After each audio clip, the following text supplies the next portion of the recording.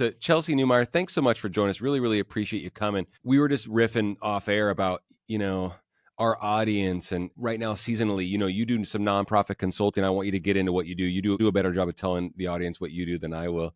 But, just talking about, seasonality wise, it's Giving Tuesday. We've got a lot of year end stuff going on. There's, pressure. A lot of folks in the space, of course, are overworked and really stressed out right now. And I don't like using the term burnout, but that's something that, it's a topic of Sure. conversation. I'm not going to sweep it under the rug. And you focus on productivity and time management, and you have an entrepreneurial spin to the work that you do. So yeah, tell folks, about yourself and about your company, if you don't mind. And then we'll get into talking about, how you help nonprofits. Sure. Yeah. Thank you so much for inviting me here. I think this is the perfect intersection of both my worlds, Okay, because cool. I have Awesome. spent the last 12 plus years in the nonprofit world working in house, mostly in annual fund work at independent schools, and then became a consultant about 4 years ago. So day to day, I'm really in the weeds with you all. I'm doing the work. I actually am term staffing, so I am running someone's annual fund right now. So Wow. I get it, and I love Yeah. this work. And then about 4 years ago, I also started my own business as a time management and productivity coach, because when I was working in house, I saw how much we needed to get done with how few resources we have. And so, really making sure that we're thinking about how we can use our time really wisely, how we can make the biggest impact, and some kind of tips and tricks along the way, but also just kind of the mindset and kind of that work that we can do to make sure that we're not getting ourselves burnt out, that we're, doing our best work and not running ourselves ragged, especially, at the year end mark. Totally. I mean, there's just so much to it. Obviously, there's so much going on in our personal lives and scrambling to get to fit all these things in. So I think it's such a great time to have this conversation about productivity, time management, and what we call, Chelsey, we call it. I'm going to project a little bit on you, but I want to get some feedback from you. We call it moving the big rocks. Yeah, And absolutely. right. Yep. I mean, I don't know what monikers you use or phraseology or whatnot, but we're like, let's just make sure that we focus on the big rocks. I mean, you could say Pareto's law, the 80-20 rule, all these things, but talk to folks, about, I guess, staying focused on the things that are going to move during the most quote unquote important time of the year, right? Like what kind of conversations are you having with folks, or just feedback and advice, encouragement you can give folks about that right now? Yeah, so I love the big rock analogy, right? Thank And you. for those who don't know, the analogy is you have a bucket. If you put the big rocks in first, then we can add the pebbles, then we can add the sand, right? But if you do the sand first, which is those little minutia work, you're not going to have time for the big important stuff. So, Yeah. yes, love that analogy. And really, the way we can think about focus right now is I encourage all my folks as they're writing out their to do list or using a digital tool or however they're keeping track of their tasks, really making sure that we're breaking things down into the smallest possible pieces. And that does a few things. The first is it makes it much easier to kind of jump into, right? You know exactly what you're going to do, you know exactly what you need to work on, and you know when it's done. And the second is it prevents us from spiraling in the like big project world where now is not the time, so to speak, Yeah. to start a whole new big project and feel totally overwhelmed by that. We need to focus on the small pieces. Who are the 5 top donors you need to reach out to right now? Write down those names on a piece of paper and reach out to them right away. Who are what are the 5 emails you need to send out right now so that you're not missing out on any of those critical donors along the way. So that's really where we can focus on staying focused, I guess, so to speak, right? Is really Yeah. making sure that we're breaking things down to the smallest possible pieces and not overwhelming ourselves with thinking that now's the time to reach out to your entire database. Totally. Yeah. It could be 3, it could be 7, it could be 10. Everyone's got different Exactly. capacity. Yeah. And I picked I 5, love but that but I yeah. love the 5. And what I love about that, for instance, just sticking with that, is I love that inevitably something's going to come up. Whether you're for Yes. profit, nonprofit, it doesn't matter. You're running a shop and things are going to come up. There's going to be little fires, and, we all lead lives too. There's that part, right? And what's going on with the holidays and everything that's pulling us in so many different directions. But I love the idea of like, okay, I need to call, like over the next week, I'm going to call our top 25 donors. I'm going to do 5 a day.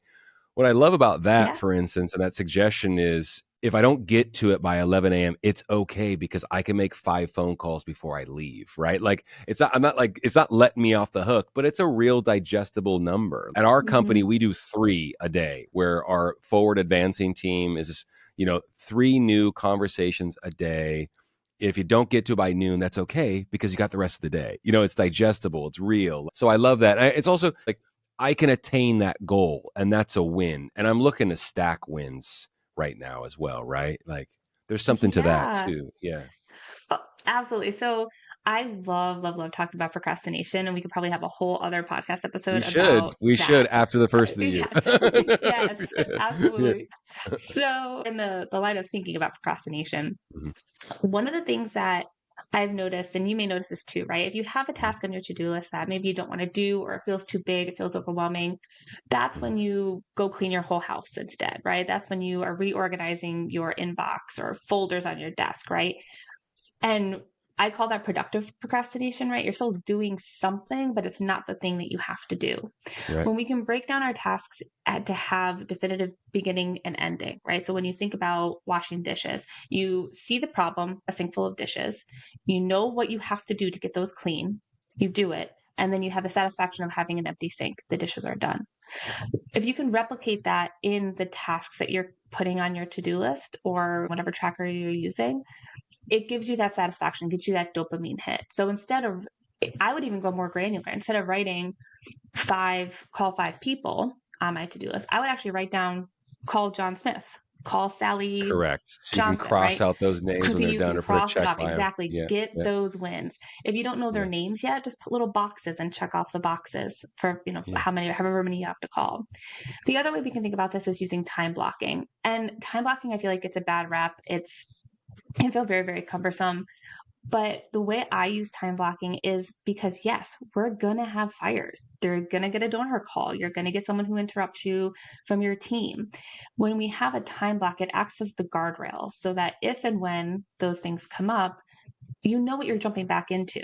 It's like, oh, Yeah. I'm still in my call donor time block. I'm going to jump back into that. And we don't have to waste time deciding. The more Mhm. we're pulled away, those distractions really can take us off track. And there's time and psychology, and I forget the number off the top of my head about how long it takes you to kind of get back into that focus work. Mhm. But as much as we can put those guardrails in place so that we know, okay, this is between 11 and 12, I am calling my donors. I'll get through as many as I can.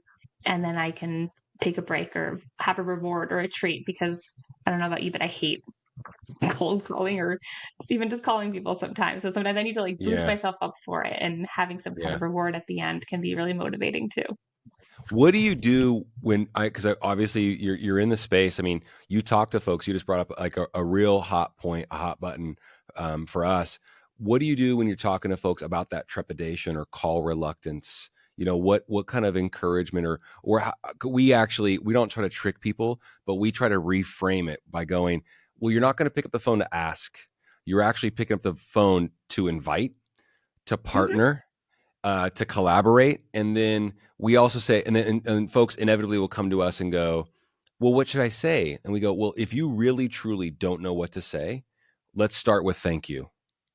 You're calling them Absolutely. for a reason. You know what I mean? So what do you like, just while we're talking about call reluctance and that kind of fear that inevitably creeps in? Cause I don't know. I just did this like in-person thing with like 100 people where I said, okay, raise your hand if you wake up every day with a burning desire to, pick up the phone and ask people for money. And inevitably, like no one rose their hand. And I was like, because I was going to say, if someone did, I was like, okay, you're an alien. You're not going to get any value out of my talk today, and I don't want to mess you up because you're not like us, that kind of thing. So yeah, it's like I'm always fascinated by this conversation because it's obviously a part of the job. It has to happen, but we like Yeah. wants different ways to reframe it. Like how do you nudge folks in that regard? Oh, I love this. I love talking about this Thank you. because Yeah, cool. as soon as I started telling people like, oh, I work in fundraising, I 90% of the time I hear, oh my God, I can never ask people for money.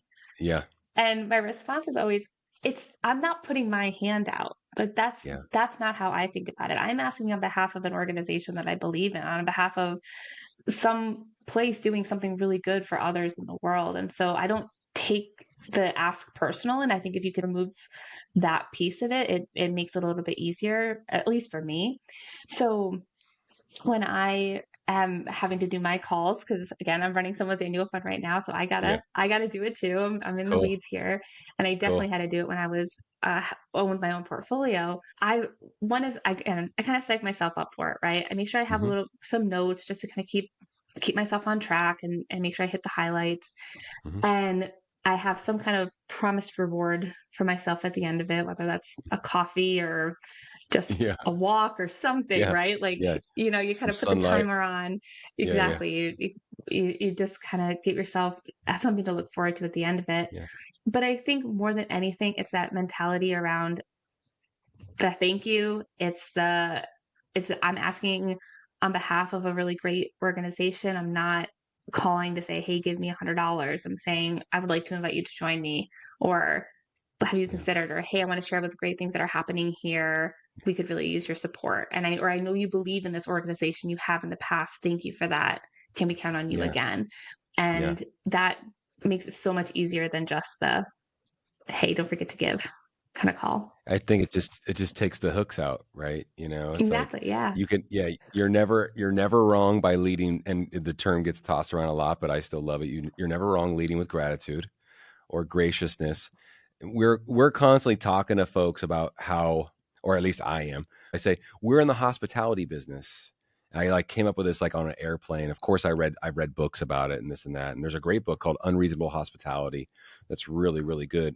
And of course, inevitably people think like the hotel front desk or concierge or the restaurant where you're. And I say I don't mean folding napkins, but I define hospitality by thoughtfulness personified, and Mhm. then the B is that's A, and then the B is how you made people feel.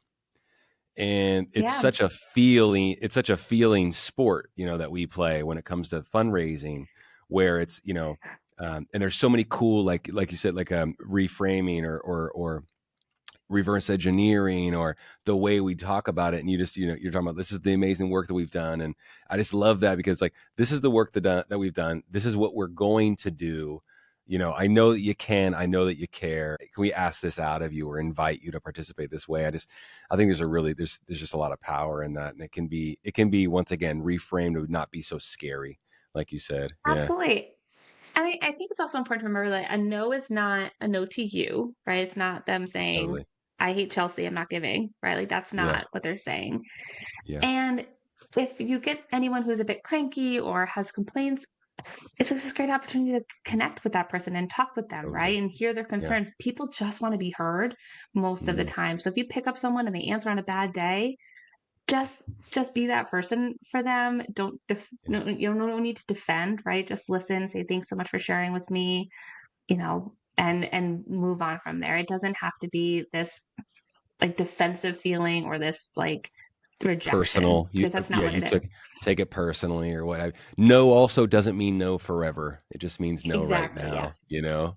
Uh Hmm. yeah, there's so much it's interesting, and like you said, just that's a great reminder to folks about just wanting to be heard. We hear that a lot. That can't be overemphasized.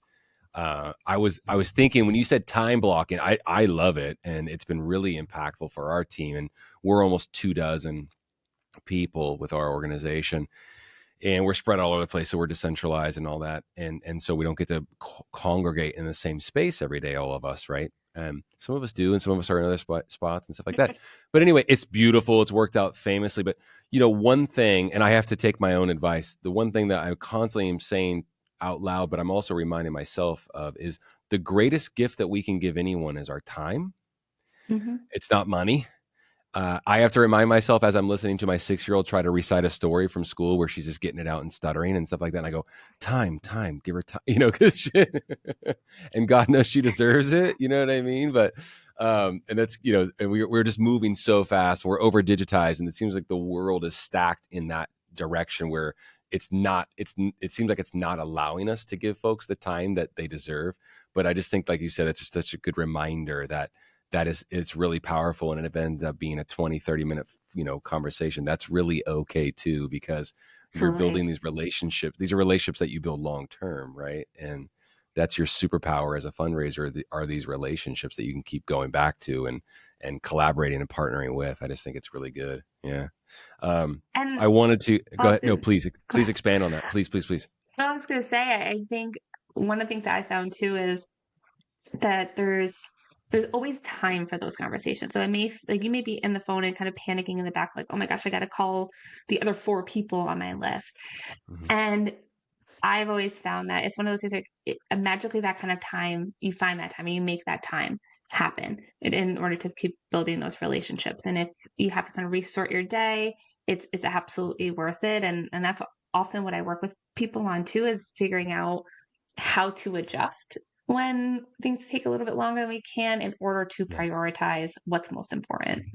Yeah. Yeah. Well, talk about that. I mean, like, what are some things that folks can take away, just that you just like, or aha stuff, or even that you've come across recently, or even rocked with from the beginning, that you're like, this is immutable. This is a law about time blocking, or just being treating your time, and being effective and thoughtful with your own time. So my favorite three pieces of time management and productivity advice.